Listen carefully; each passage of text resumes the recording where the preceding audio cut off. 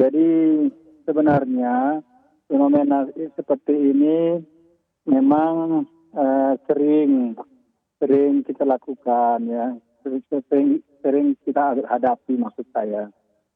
Ketika pada saat terkena apa proses atau pada saat persediaan itu berkurang atau pada saat musim-musim panen eh, atau saat sebelum musim panen memang terlihat cenderung di situ ada kenaikan harga terutama ya harga.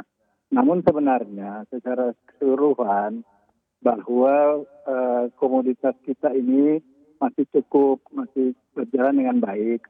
Walaupun memang tergantung dengan musim ya.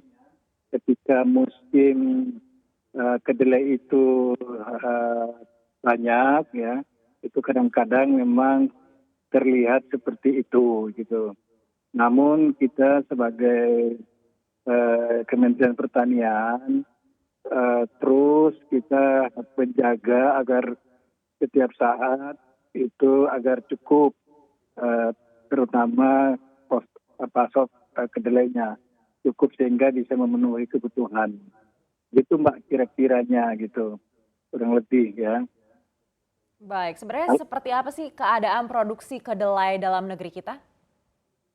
Kalau kondisi sekarang kalau kita lihat memang eh, impor itu masih dominasi ya. Kalau kita katakan impor itu masih dominan. Makanya itu kadang-kadang harga itu menjadi lebih stabil. Kalau posisi sekarang harga ini kurang lebih 6.000 sampai 8.000 rupiah per kilogram. Nah ini sebenarnya sudah semakin bagus ya. Petani sudah mulai senang kalau harga seperti ini, harga kita sudah mulai stabil dan tentu membuat petani bergairah kembali untuk berupaya bagaimana bisa menyiapkan produksinya. Nah ini yang sangat kita sudah mulai senang dengan kondisi seperti ini Mbak, gitu kurang lebih. Baik, sebenarnya apa sih kendalanya selama ini ya untuk produksi kedelai di dalam negeri kita selalu Baik, tidak bisa sebanyak jumlah yang kita butuhkan di sini?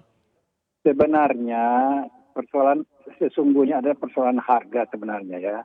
Kalau kita lihat harga perbandingan harga itu memang petani itu masih harga ya, harga belum begitu stabil ya. Katakanlah petani masih merasa belum begitu cukup untuk bisa uh, berupaya agar mereka bisa menarik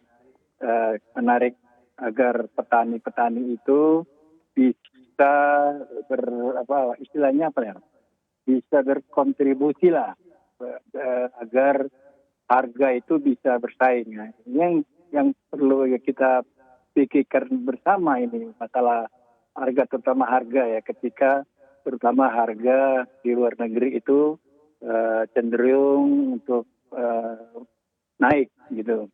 Nah sementara petani kadang-kadang berupaya agar bagaimana agar harga produktivitasnya produksi kedelai itu bisa meningkat sehingga mereka punya peluang agar harga itu bisa lebih bersaing untuk bisa istilahnya bisa bersama-sama agar harga itu bisa terus bertambah bersaing untuk dalam hal hari ini untuk menyiapkan produksinya yaitu terutama harga yang bahan pokok yang terutama misalnya katakanlah pupuk dan lain-lain itu yang memang belum bisa bersaing dibandingkan dengan pihak luar negeri katakanlah.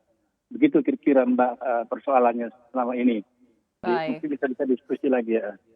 sesuai dengan yang tadi disampaikan oleh Anda Pak Amiruddin, ini kan bukan masalah yang pertama kali terjadi begitu. Apakah dari pihak pemerintah juga menyiapkan solusinya seperti apa nih mungkin untuk mensubstitusi dengan komoditas lokal?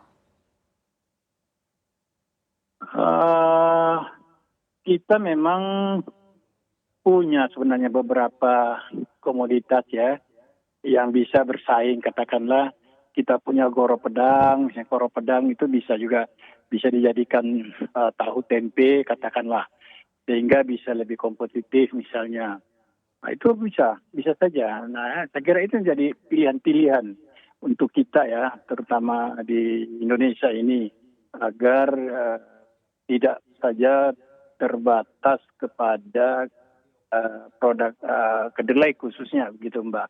Jadi ada beberapa pilihan-pilihan sebenarnya yang kita sekarang coba kita mulai rintis lagi sehingga bisa bersaing harga maupun profitasnya. Begitu kira-kira Mbak yang bisa saya sampaikan. Ya. Baik.